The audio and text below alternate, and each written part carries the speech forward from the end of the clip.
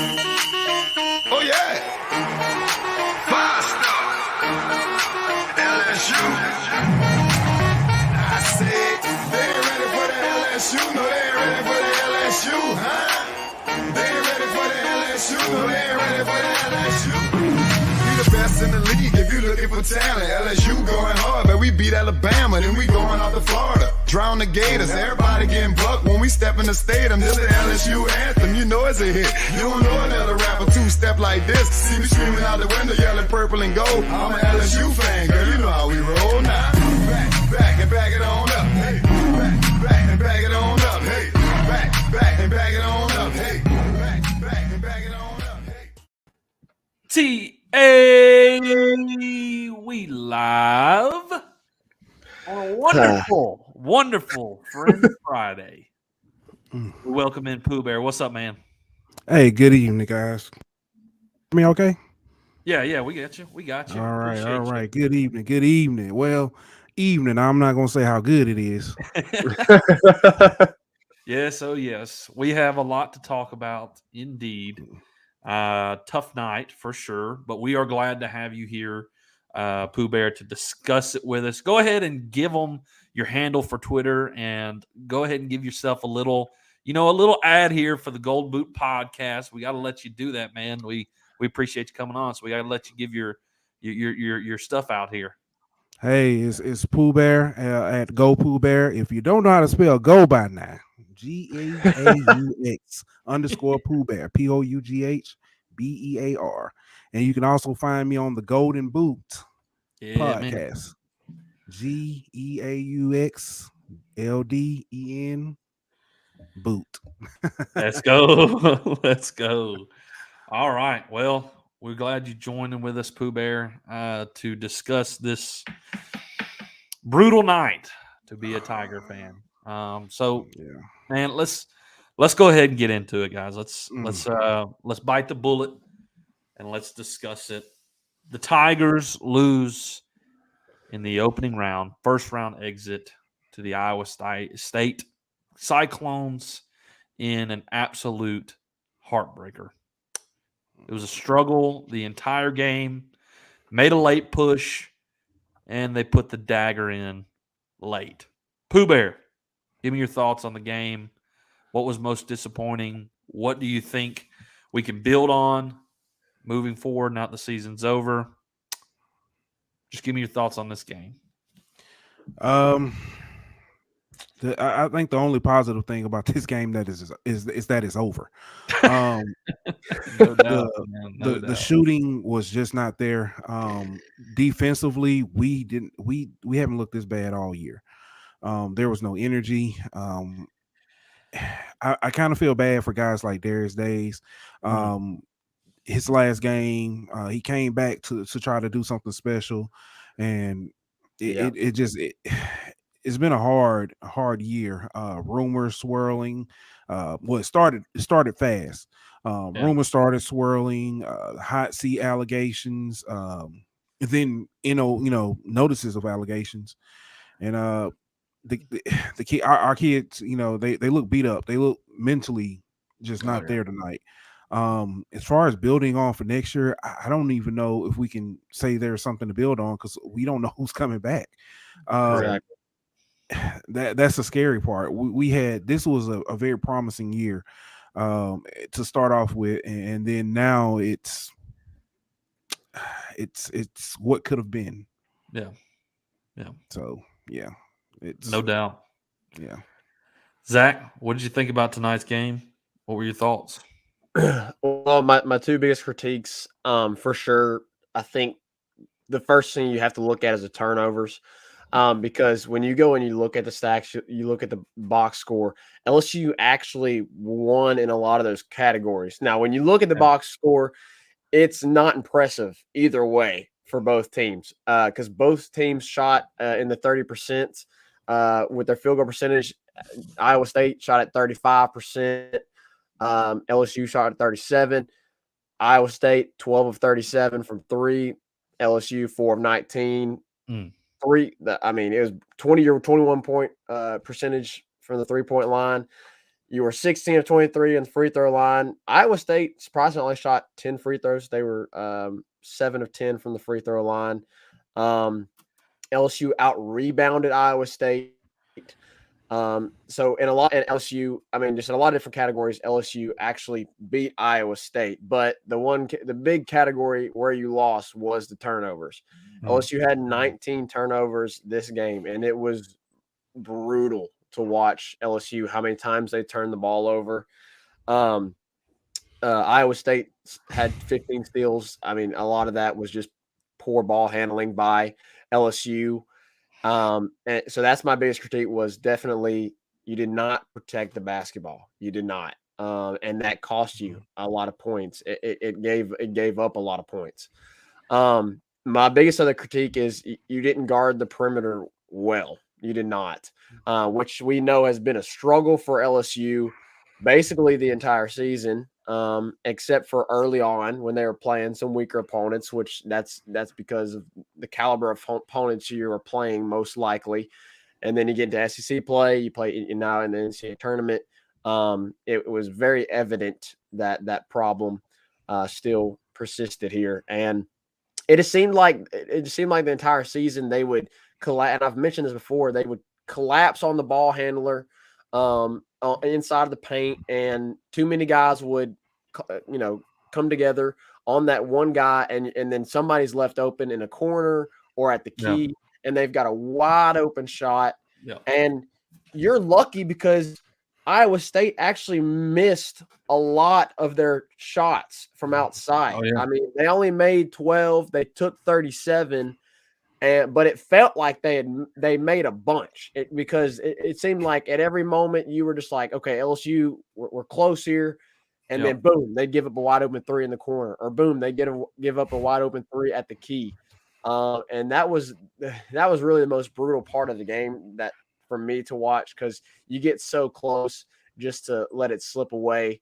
And at the end, you just hate it for them. I do want to say, just to be positive for one moment, we definitely have to thank guys like Darius Days who stuck it out 4 years, and had a rough go of it late in that ball game. Missed some really key free throws. Didn't guard exceptionally well on the two big threes that they hit to seem really were the daggers in the game against LSU. Darius Days was out there on the perimeter guarding those guys. So, you hate it for him because you just love Darius Days as an LSU fan. A guy that was not a major star, but a guy that stuck it out and continued to improve throughout the 4 years that he was at LSU, and gave us some great moments as an LSU Tiger, and went through a lot of adversity. He went through the COVID season. He went through the first all the Will Wade scandal and everything at the very beginning. He of course went through it this season as of late. So you got to give kudos to Darius Days and just applaud him for sticking it out and being a trooper for LSU. You also got to thank guys like Xavier Pinson and Tari Eason. Tari Eason, good grief. If you don't have Tari Eason, if you don't pick up that transfer this year, how much worse does this season look? And LSU exceeded expectations without Adam Miller. They exceeded those. We've talked about that. They exceeded expectations that a lot of people were seeing with Adam Miller. They exceeded those expectations without Adam Miller. But how worse could this season could have been if you don't have Tari Eason playing for you? Because Tari Eason, And brutal. I mean, he was again the best. In my opinion, he was the best player on the court tonight. He was dominant.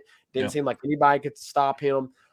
He's gonna be I think he's gonna go pretty decently high in the draft, just considering his measurables and his play and his talent and his ceiling. I definitely think he has not reached his full potential. He has not hit the ceiling for himself by any means. So you got to thank him for the season that he gave us and the role that he played. He also gave us some awesome moments. He scored so many points for us this season. And then X, he was in a lot of ways he was the glue factor to this team. It seemed like, because once he exited, you really saw a lot of the LSU's flaws come out even more so whenever X was injured and not playing those games. And again, another guy who wasn't really flashy. He wasn't a big time scorer. But he did what he had to do. He facilitated, and so you definitely gotta give credit to those guys. And as Pooh Bear mentioned, the future is completely in question. We have no clue who is going to come back. Is Efton Reed going to come back? Is Brandon Murray going to come back? Is Eric Gaines going to come back? Is Milani Wilkinson going to come back? Is Sharif going to come back? All these guys. They're all, you have to definitely put question marks on all of their heads, because we do not know, we don't have any clue whether they're going to stay or whether they're going to transfer or whether they're going to decide to go early to the NBA draft.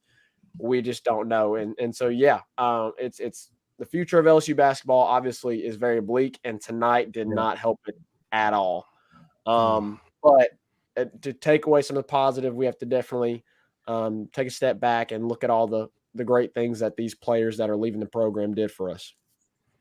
Now, Zach, I know you said that just then. I know you said it feels bleak, right? But it doesn't have to stay that way. And I'll get to that here in a second. Agreed. I want to give my thoughts here on the game. Watching the game, I was like, man, this is going to be a great night for a Reagan's rant. Man, I could tear it up tonight, but man, I just can't do it. My heart's not in it to be able to tear into this. I feel like I'd be doing the LSU basketball team, all those guys, a disservice by quote unquote doing my silly little rant. Man, it was tough to watch tonight. It was tough without Will Wade there. Hats off to Kevin Nickelberry for stepping up in such a difficult situation. Sure. You had to, of course, you lost Will Wade, and you also lost Bill Armstrong. You had to promote within, sort of, kind of, to figure out how you're gonna, manage this game from a coaching standpoint as well. So I want to give all the props in the world to him. But, it's just not – Kevin Nickelberry is just not Will Wade. Look, I cannot stand what Will did. What he did was silly. The way he did it was silly. It was not smart. But gosh dang it, you can't help but love the guy sometimes. His tenacity, the way he energizes the team, his focus on to detail, and his coaching ability, man. Look, he's probably going to get hit with a show cause 2 to 3 years. There's no question in my mind, though, that come into that show cause, Will Wade's going to be coaching somewhere, and he's going to be a bright coach. He really is. He made some dumb mistakes, but he's a good basketball coach. Really.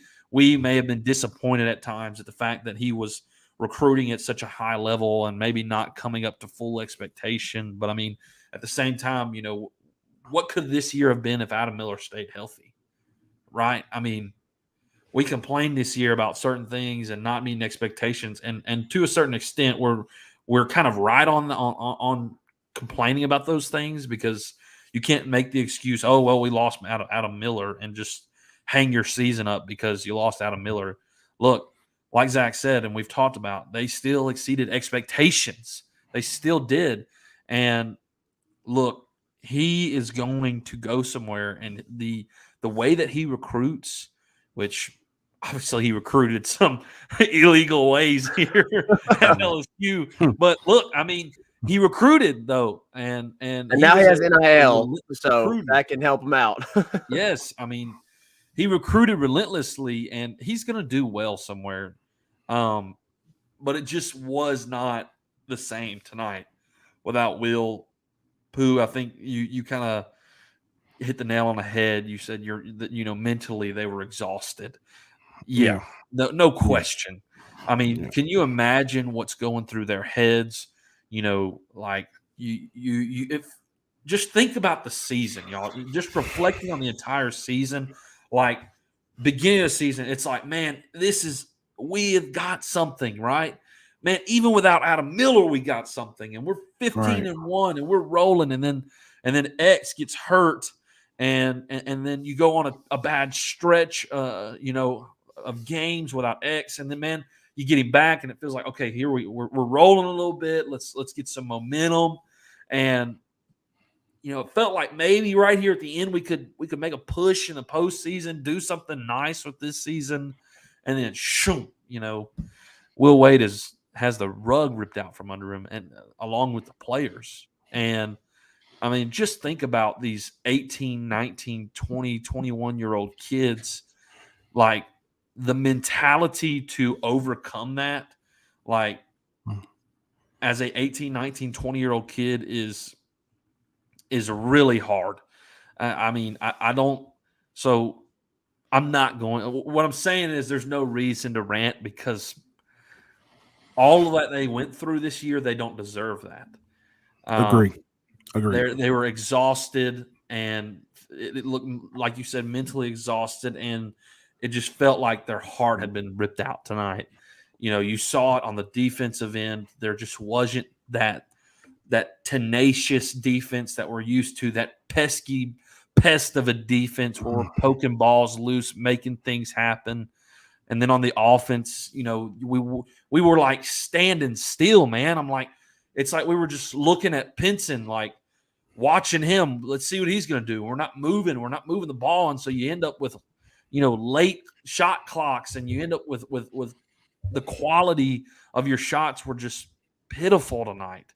And I think it's just a result of the mental exhaustion that these guys have gone through this season. I mean, the adversity these guys have faced. You have got to take that into consideration. And the fact that, oh my goodness, they almost like made the comeback. Zach, you pointed out it felt like you would get right into it, and then they'd hit like this three. And namely, the ones I can think of, you think of when it was in the 30s in the second half. I think it was like 36, 31 or something like that. And Day's got those back-to-back steals, and they got it to like 35, 36, and you have the ball after Day's second steal, and you feel like, man, we're about to take the lead if we can hit a shot here. And you don't get the shot. They go right down and hit a three. It's 39, 35, instead of having the lead. And it's just that's on top of everything. That's like, you can only take so many blows like that. And then you took that blow, and then, man, it was 39, 47. It was an 8-point game, and you were kind of trying to get in there, trying to crawl back in it. And boom, that dude hits that wide open three where they showed that all of your defense was on one side, and you left Brockington, I think is how you pronounce his name, who was their best player, like 15 feet open, and he drains a three, and it's 50-39, and you feel like that was the dagger. Like, you felt like that was it. And then you claw back in it, and man, you brought it within, like, what was it, 2 points there at the end? And man, you definitely missed some brutal free throws down the stretch. I mean, there was some free throws, there was points left on the table, and you could have had it closer, but you still, even though you still missed those free throws, it was a 2-point game. And that Hunter kid, who had like the game of his career, of course, he had the game of his career against the LSU Tigers, pulls up a three from like 5 feet behind the line or more, and he drains it for the actual dagger, making it a 5-point lead with only 16 seconds left. And then there at the end, you saw the coaching play a factor. You have 16 seconds left. You're down 5. You got to get a shot up immediately. Yeah. And man, they dished the ball in and they started moving it around like they're setting a play up. You have 16 seconds and you're down 5. You got to get the ball up. And they just fumbled it around, turned it over, and the clock ran out. And then another major coaching mistake is when you had the 6 guys on the court. I don't know if y'all saw that or not, but Yeah. you got a technical foul because you allowed a player to sub in like illegally. And that cost you points. And that was right after the flagrant hook and hold, and it felt like you were gaining some momentum. And then you sub in a guy illegally and get a technical foul. And those points are taken away from you immediately. Mm-hmm. So these guys faced a lot tonight. They faced a lot. I hate it. I hate it for these guys that this is the way they go out. Xavier Pinson, Darius Days. What a roller coaster of a tenure he has had at LSU.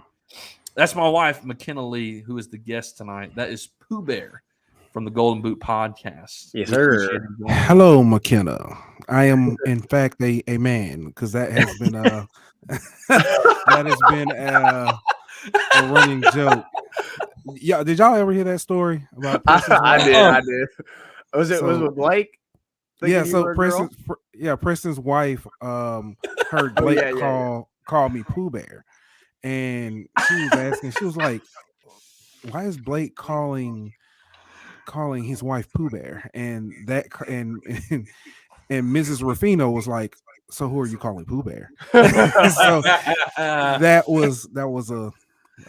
hilarious. So that's hilarious. Funny story. Yes, but we appreciate you joining, Pooh Bear, Mr. Pooh Bear. Yes. But look, guys, it was a brutal night, and you feel for those guys. And man, best of luck to all of them moving forward.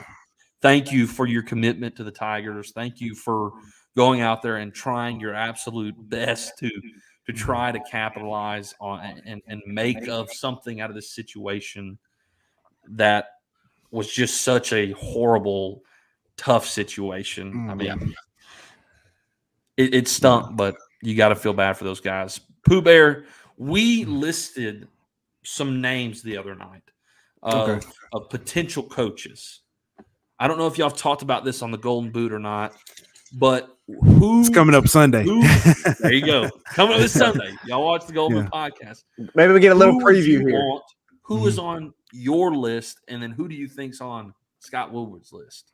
So, I think on Scott Woodward's list, he's going to look for someone who's won a natty, someone who has a pretty good coaching record. And this is not based off anything he's done at LSU. I'm sorry, this is not based off anything he's done at other schools. It's just, Scott Woodward's a big game hunter. That's the nickname we've given him. We can kind of look.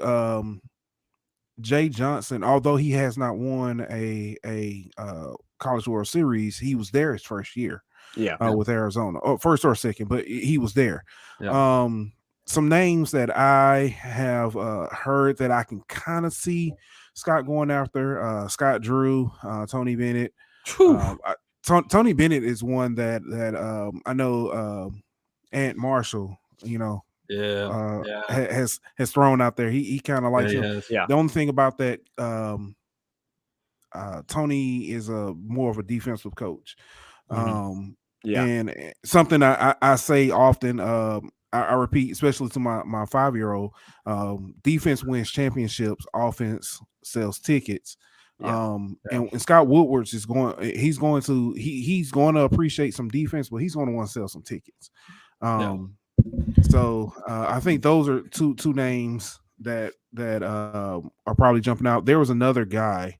I think currently he's the coach at Murray State. Matt McMahon.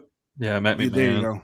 Which actually it's been circulating around LSU that he is actually in the candidate pool for Scott Woodward. He's making $500K. Like legit. Like he's in the candidate pool. $500K. That's what we've heard a little bit. So his name is being mentioned, not just by guys like us, but it's apparently coming out of LSU.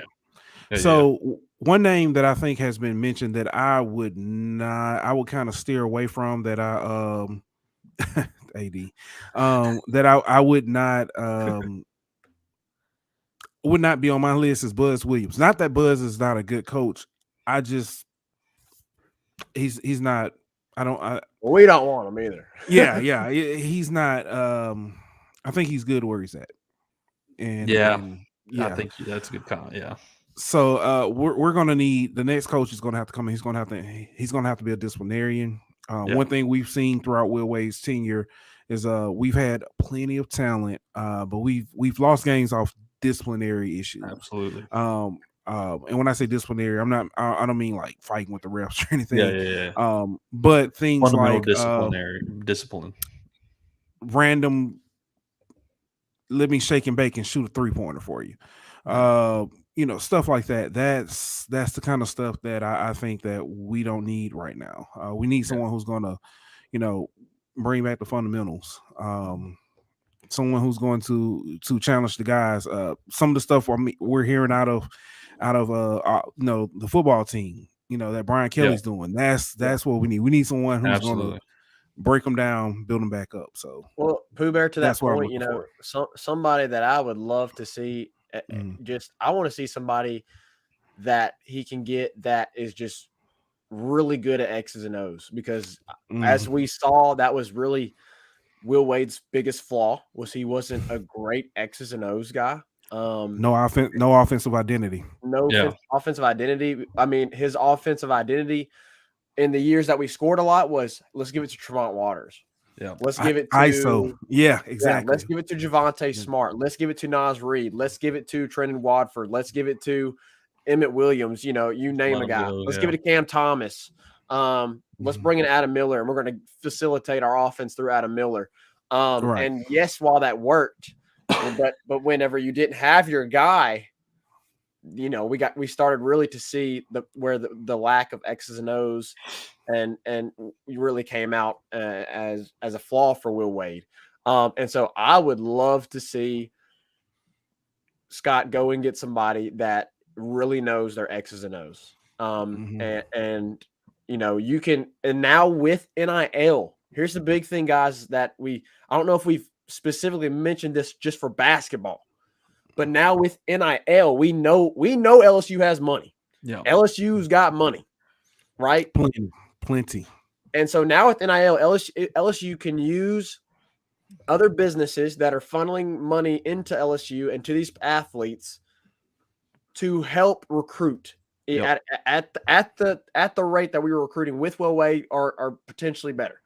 I think we can still recruit at the level that Will Wade was recruiting, or potentially better, now that NIL is a major factor in college basketball. Yeah. So now it's okay. We can get the recruits now. So for me, it's let's go find a guy that knows his X's and O's. Also, another thing, I said it may seem bleak, but it may not stay that way.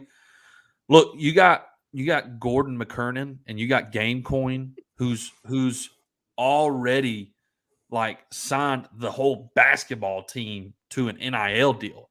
So that money may keep them around. I don't know what they're making from those NIL deals, right? Because that's not public knowledge. But Gamecoin and Gordon McKernan can keep some guys around, like Keishawn Butte. So it may not be as bleak, and you're probably going to have guys leave, no doubt. I mean, right?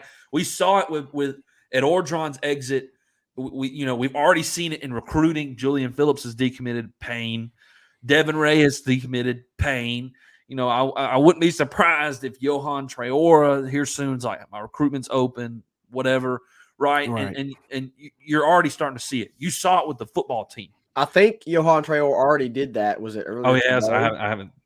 He may have. I'm not sure. I'm not 100% on that. I can fact check that. But I'm pretty sure he already opened his commitment again. It may feel bleak, but even if you do have guys transferred, right? You have the transfer portal. We are watching Brian Kelly build an entire team off the transfer portal, and you have guys on your team, Xavier Pinson, Tari Eason, who you put a team together of transfers. Adam Miller, I know he did not play, another transfer, right?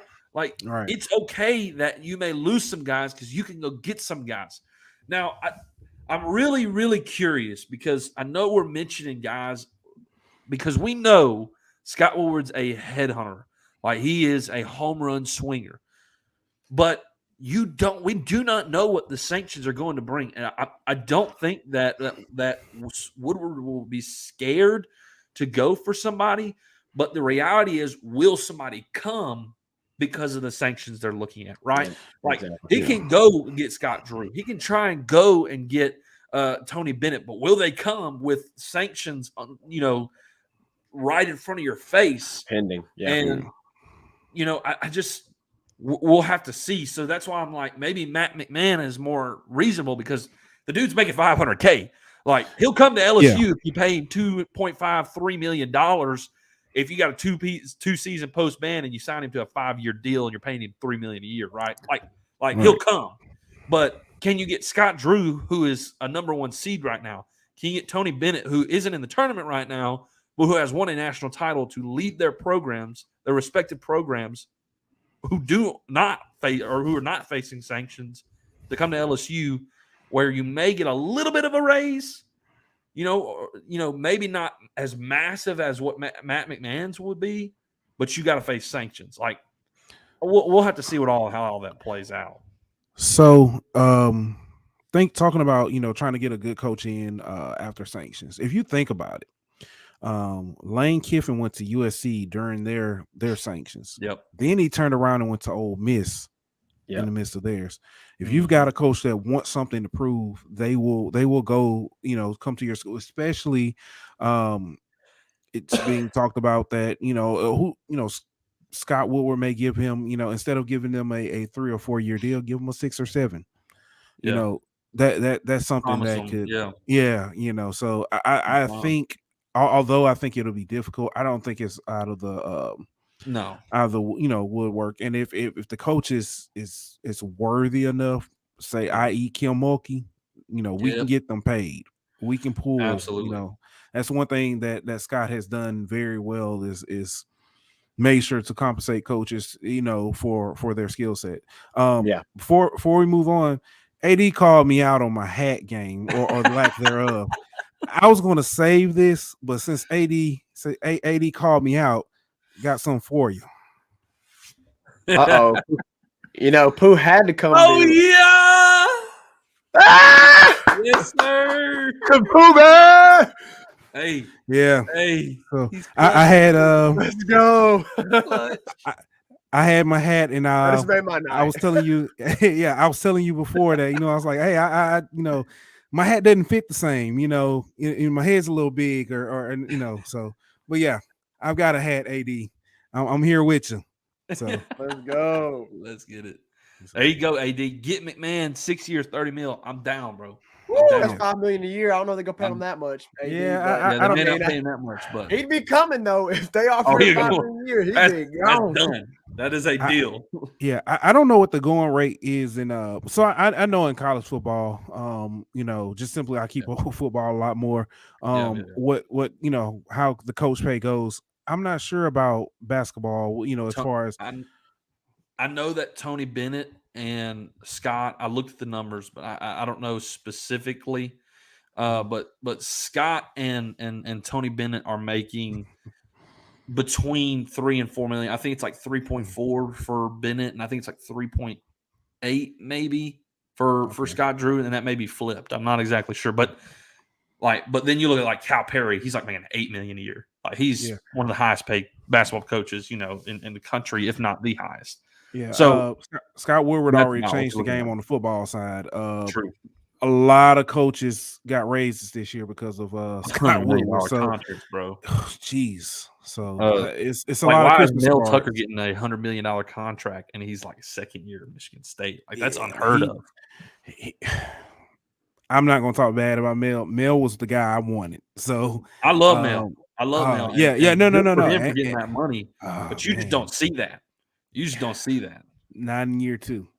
Yeah, exactly. What What was that? We had 2 Zachs in there. I think Zach is jealous. We've got 2 LSU bucket hats, and he wants to even it out with the snapbacks there. So I understand. So real quick, I know we've gone long on basketball here. Real quick, so do we think there's going to be a postseason ban? Because look, I've been running this in my mind. Like I really think there's going to be a postseason ban, considering what's happened. But can Scott like pull something out? Like, I mean, can the NCAA look at this from a perspective like, hey, none of these guys are here anymore. If we hit them with a postseason ban, we're postseason banning a coach from another school and potentially players from another school, players from high school who have no involvement in this whatsoever. Let's hit Will Wade with a X year show cause, and let's hit LSU with these fines, these 5-year scholarship restrictions, and let's maybe not hit them with a post. Like, is that a possibility? Like, because if you do a postseason ban, you're banning guys who were not involved. You're punishing guys who weren't at fault. Exactly. One thing, and we talked about it on our show. Everyone who was there during the, when all this happened, it's pretty much gone. On the football side and on the AD's hilarious. On the football side and pretty much on well, not so much on the basketball side, but your biggest issue there is gone. So and scholarship. So the irony of it, hitting the basketball team with scholarships is pretty big, but it's not as big because we only run a 6, 7, 8 man rotation.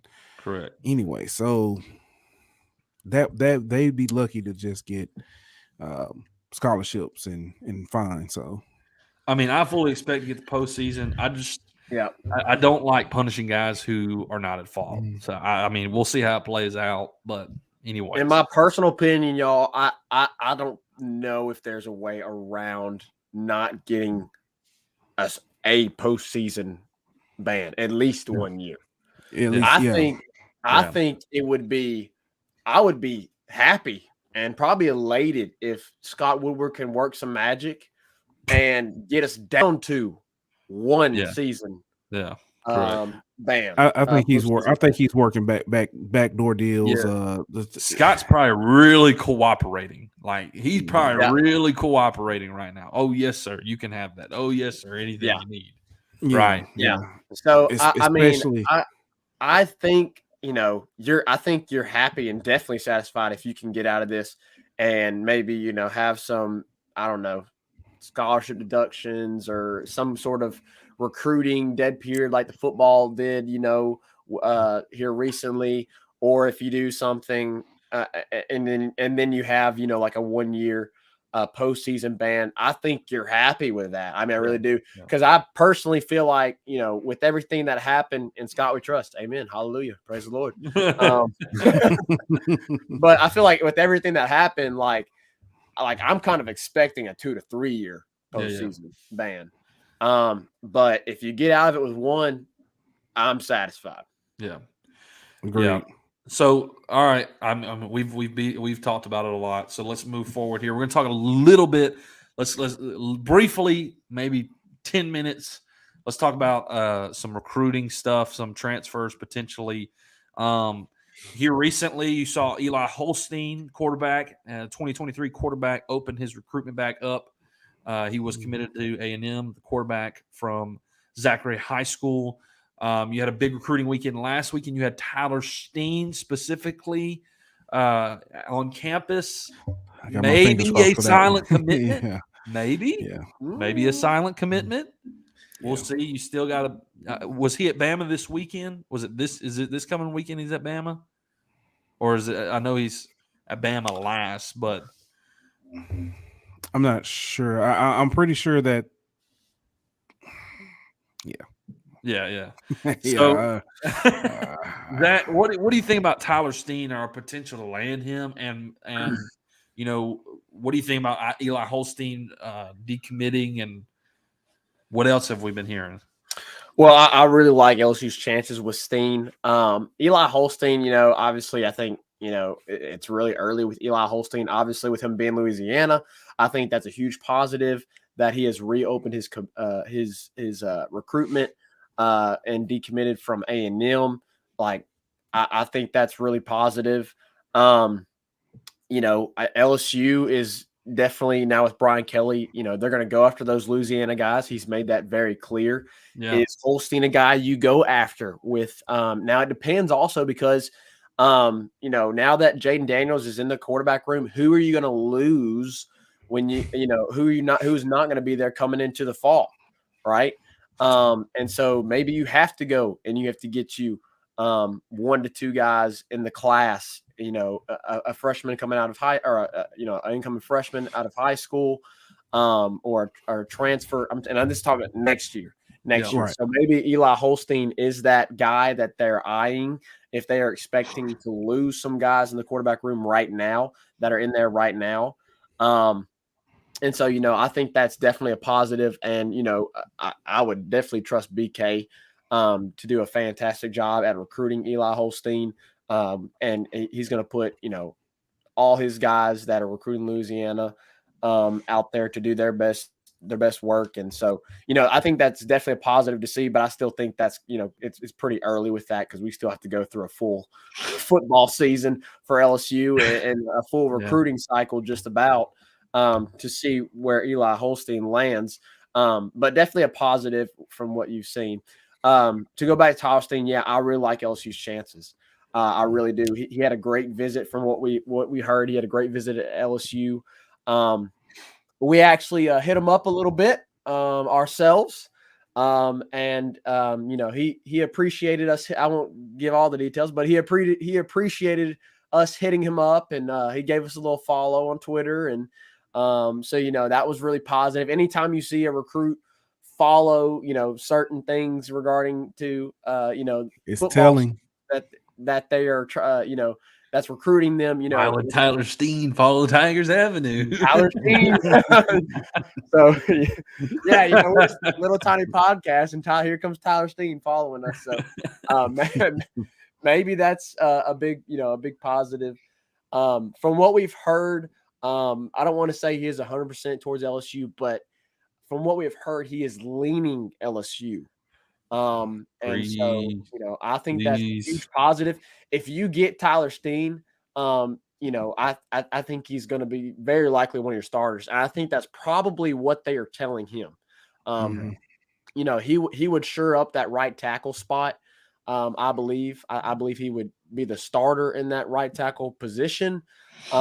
So, I really like where LSU's at with Steen. Yeah, Pooh Bear, what's your thoughts lately on the recruiting rumor mill, transfer rumor mill? What you been hearing? So it's funny because I haven't even started looking at 2023 because we haven't finished 2022. Right. And it's kind of crazy. Every time I turn around, there's another recruit we're looking at, or someone else is signing. I'm thinking, how many spots we have left? We're getting to the Bama status where we can, we can just sign guys whenever we want, But I really want the two positions that I really wanted were another tight end and another offensive lineman. Yeah. At this point, I think we need another offensive lineman and possibly a quarterback this year. We've seen it before. 2019 wasn't that long ago when 2018 when a quarterback came in, had some buzz to him, and 2 other quarterbacks took off. So cautionary tale. I would be looking at another quarterback just in case. Or at least have someone in mind, to say, hey, if we start getting that inkling that someone's taking off, hey, we may need you to come in. And the way for everything I could tell about BK, he seems like he's, pretty straightforward with these guys. Starting to love. I'm not BK, promising you, I'm not promising you a starting job or anything, but hey, come in, give us numbers, and we'll give you a fair shot. So.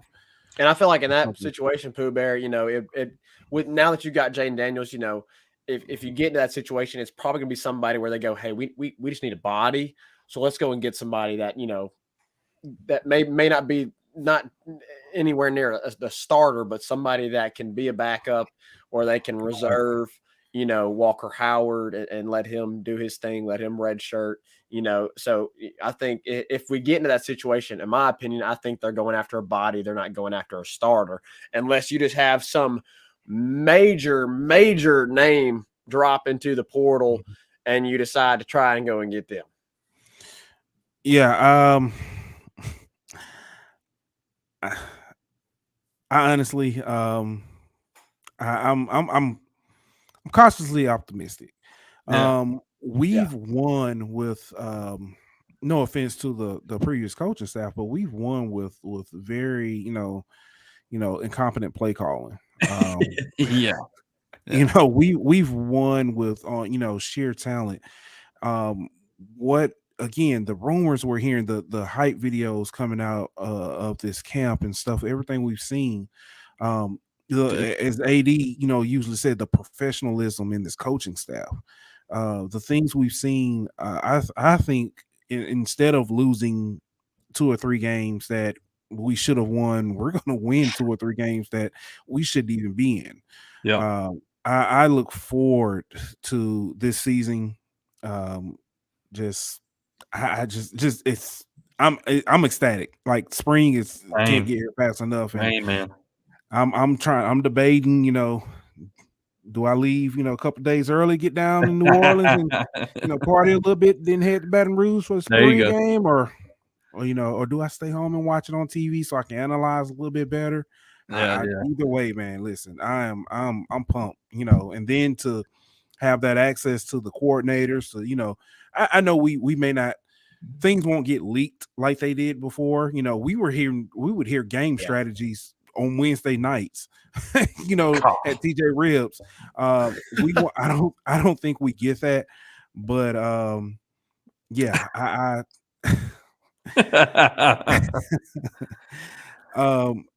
I don't think we get that. But we will have a better insight on, some of the mindsets of, what's going on. So I don't think we get the what we used to getting before, where we're we're the team. Yeah. And then we don't see it. So I feel like there was a lot of response to complaints too. Like if there would be complaints about the play calling in this or this style of offense or whatever it may be, and then they would be like, "We are specifically working on this."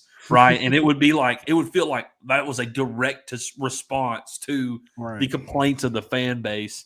Yeah. And again, no offense to all of them, but it feels like BK, it's like, I don't care about none of that. I got my stuff and we're going to take care of business. Right. We're not reveal our plan just to satisfy a fan base. Right. The fan base will be satisfied by the results on the field instead of being like, oh, well, we're working on this. We know y'all griped about it a little bit, right? So I'm excited about it. I think professionalism is the right word for it. Competence is a good word for it. And you got to love what you've seen out of BK so far and putting this team together. I don't know how many more spots we got on this left. I think we had 32, right? You had the 7 over the 25, and it feels like we've been filling them up. I thought we were going to be a several short, but we're really cutting it close. Maybe somebody can give us the numbers on that, AD.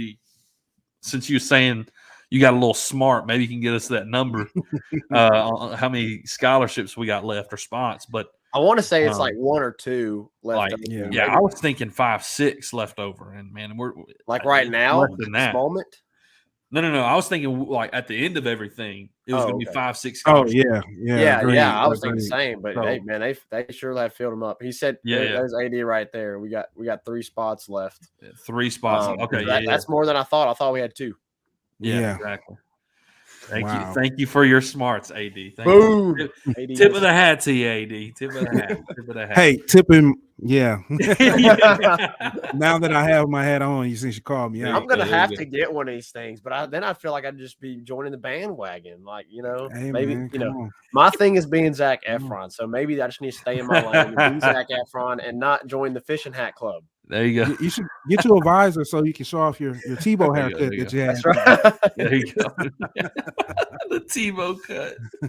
Yo, whenever y'all mention the Tebow cut, I immediately thought about that SEC Network segment Oh, yeah. when they was at Auburn or Texas A&M or something, and they said Paul Fitbaum tells the barber to leave the sides. That was the funniest segment.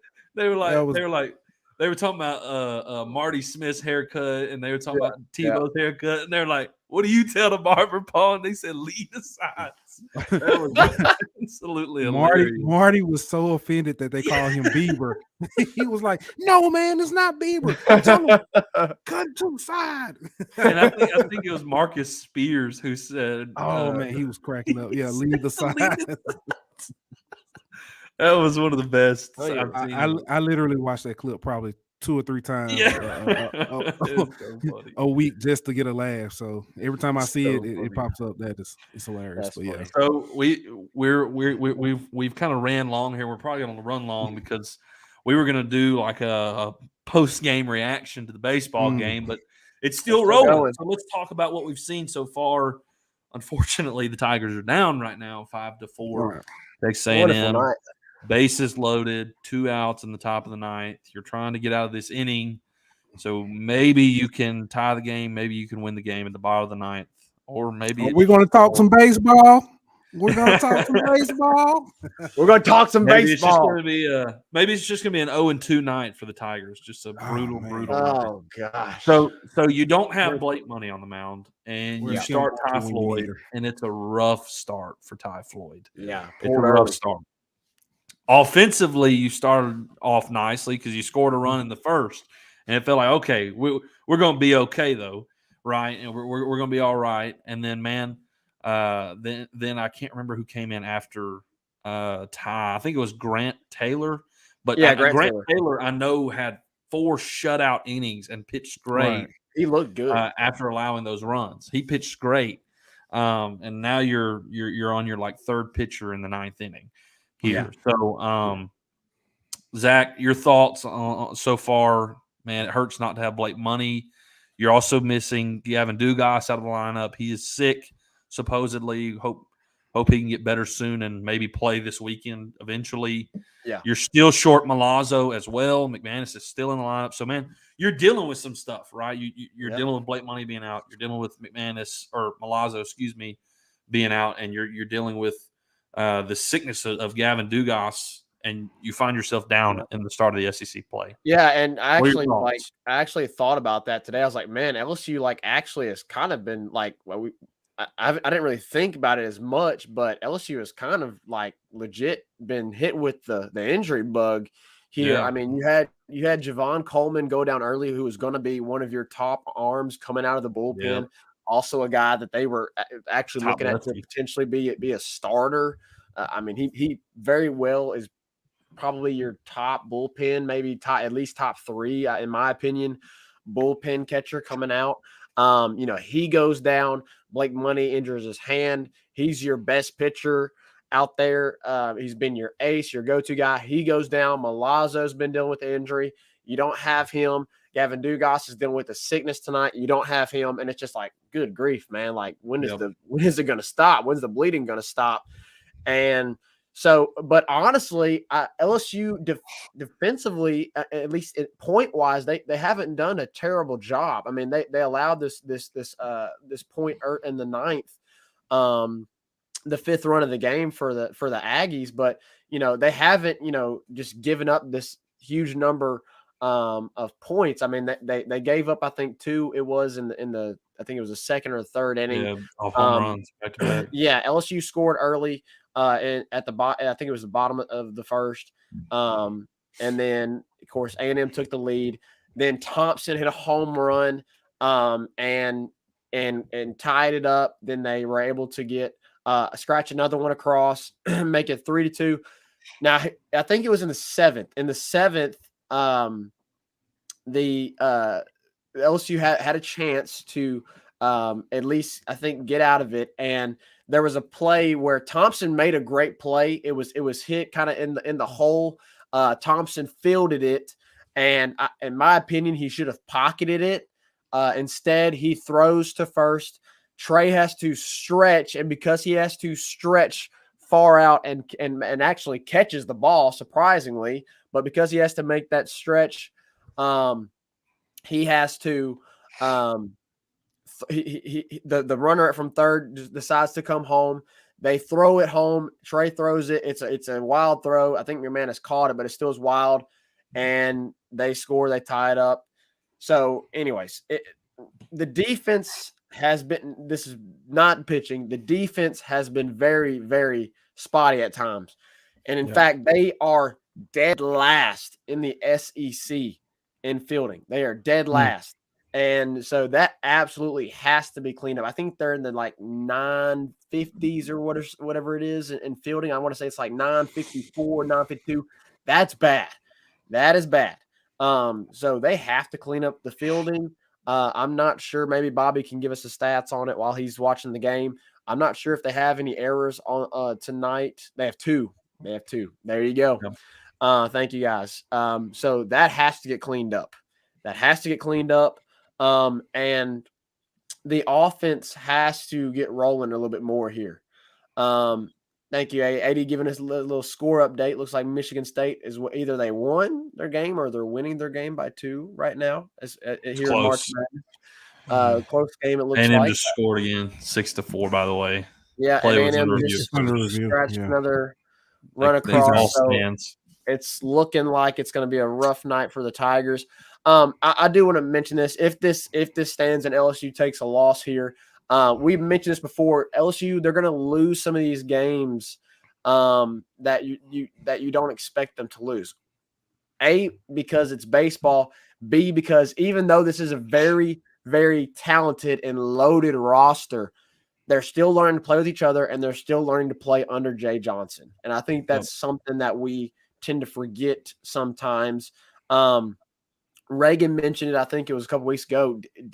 Did we overhype this baseball team? Probably a little bit. We saw all the guys that they had, returning. You had a lot of arms in your pitching staff, but what was it going to look like?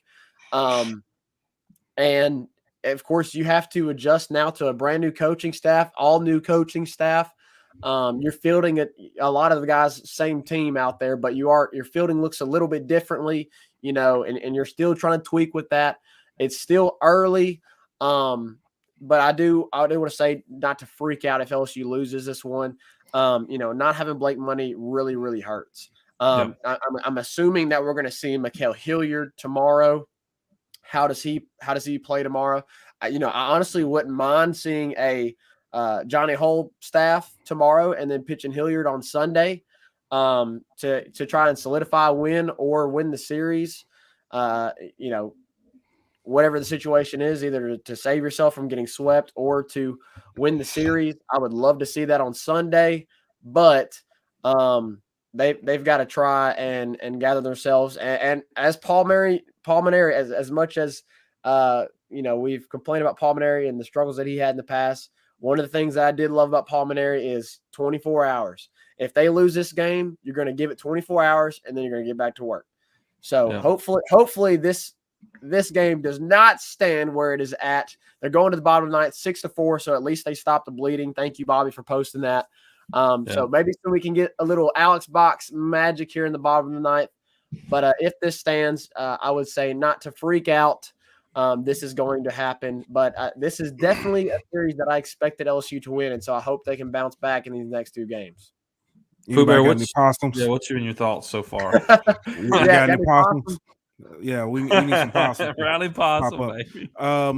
So you mentioned Johnny Holstaff with the pitching. It seems like we went kind of Johnny Holstaff tonight. But the biggest difference is they were short everyone's on a short leash, so we could have returning pitchers tomorrow or Yeah, whatever. for sure. This team they've shown they'll battle back. The only game I think and heck, even against Texas, they got out. They didn't get out hit. They just didn't get the hits at the right time. Yeah. So I think they're still in it. They've shown that resiliency already this year. I look forward to in bottom of the ninth. I've got a feeling, man, we might walk this thing off. Oh man, that would be awesome, wouldn't it? Yeah, we Man, might I walk hope this you're thing right, off. Pooh Bear. I hope you're a prophet because I would love to see it. Yeah, we're at the bottom of our lineup here, so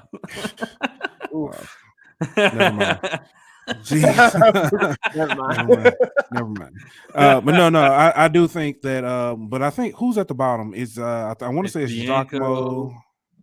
Well, maybe Bianco, McManus, if they left him in. I know they pulled Trey Pearson Morgan. and Bianco. They may put Stevenson. They may put Stevenson Bianco's up. batting for McManus. Hey, somebody, he's got pop. He's got some pop. Yeah. So hopefully we cheer him on. Bianco's hey, all we need is a base hit. Hit.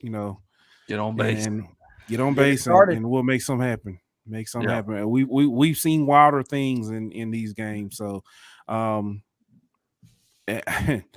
not out. Definitely not out of it. Texas A&M is honestly been rattled most of the game. And they've kind of gone Johnny Ho. We went Johnny Holstaff kind of out of necessity. They went Johnny Holstaff because they were getting beat up. So that's one thing that is a positive. They I mean, I mentioned, like Zach said, that we may have been overhyped, and I think honestly, I would like to say now we were overhyped a little bit, because. And I don't want to say that because I still think we have that potential. Like, clearly, this team has the talent to do what we think it can do. But for right now, yeah, it's overhyped a little bit, but they can grow into that for sure. So we'll see how it continues. I mean, we're at the first game of the SEC play. Let's not get ahead of ourselves here. They could lose this game and then go on to win like 6 straight in the SEC, right? I mean, you never know. That's just baseball.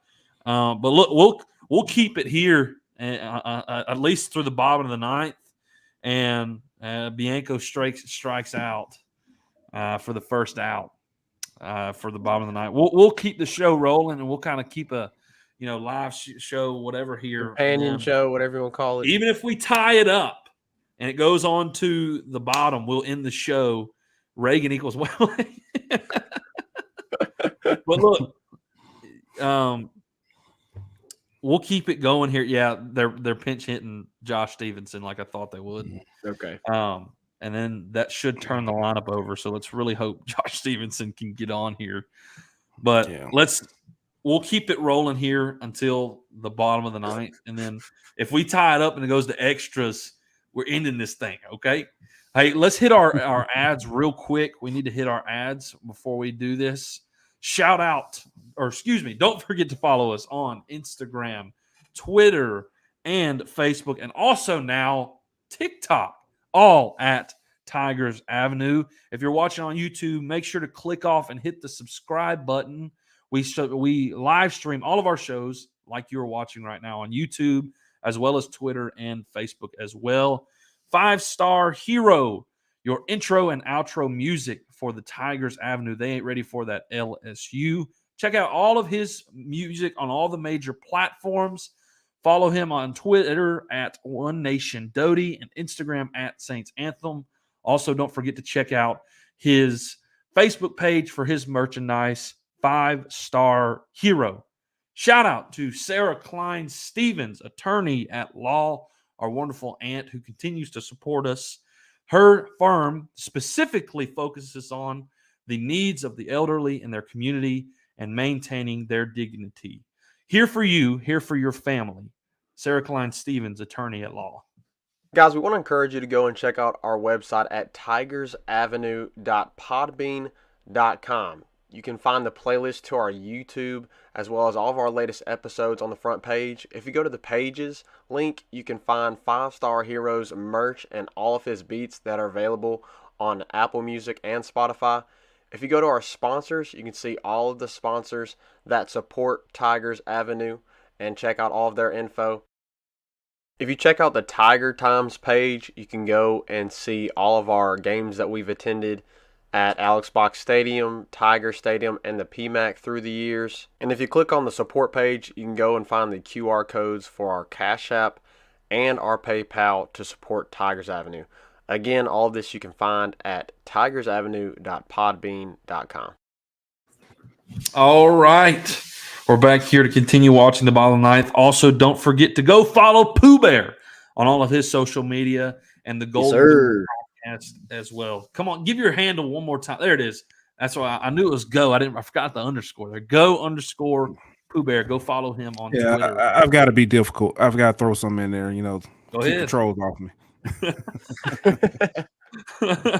Absolutely. And make sure you check out. You said Sunday they're coming out with a new episode. We'll record on Sunday. It'll come out on Monday, so it'll be first thing, so you can listen to it on your way to work or your way skipping work. There you go. There you go. We got a full count here with Josh Stevenson. One out in the bottom of the ninth. You flip the lineup over if he can get walked. Come on, baby. Hopefully we can get to Trey Morgan and the big batters, man.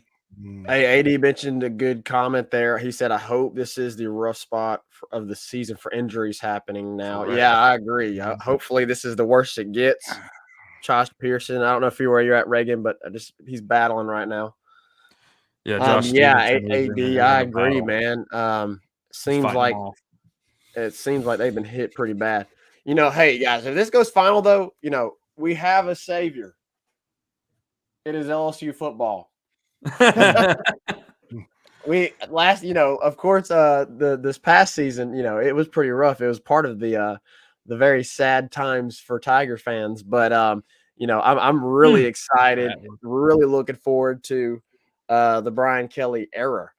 And I don't know, I'm just so ready, guys. I don't know about y'all, but I'm just that's why, Pooh Bear, you mentioned it. Like, I am pretty dead set on trying to get to the spring game, because I just want to see these dudes play, and I want to see what a Brian Kelly team looks like early on. Don't forget. You said we got to say. Don't forget Kim Mulkey in the squad. Yes, exactly. I mean, they play tomorrow. I'm definitely going to try to watch that. It looks like we got a pop up. They make the play. All right. Well, we're down to our final out. Here in the bottom of the ninth. Jeez.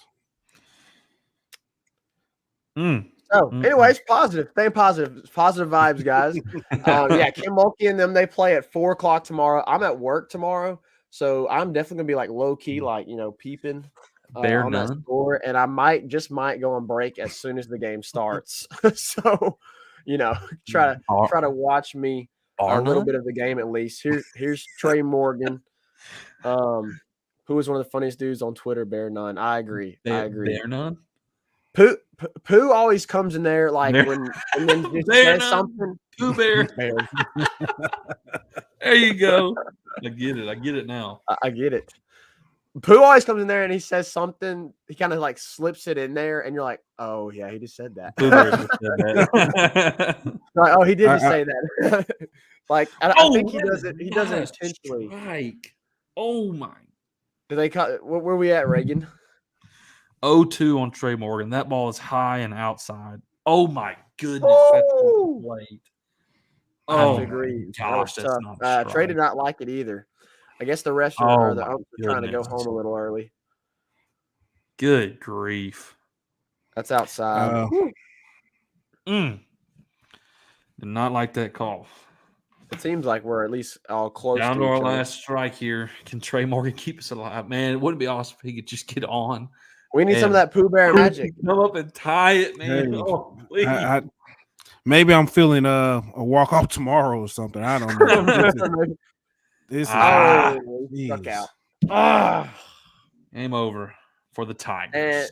And to a team that's really not that. What a way to end the show, man. Golly.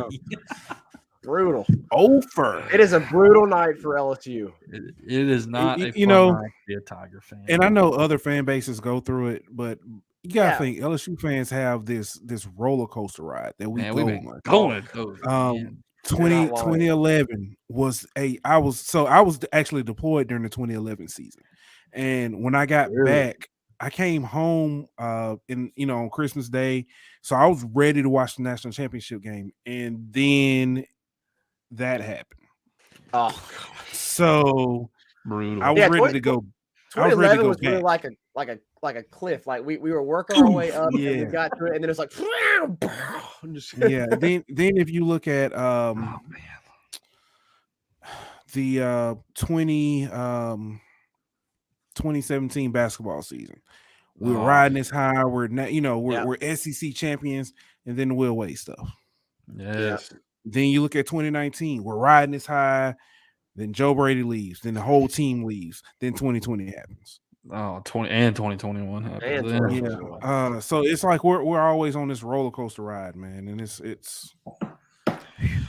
maybe the golden days are here soon, right? The Scott Woodward era is being ushered in. It feels like Jay Johnson's coming. Kim Mulkey's coming. I fully believe Ryan there are better Kelly's days coming, ahead.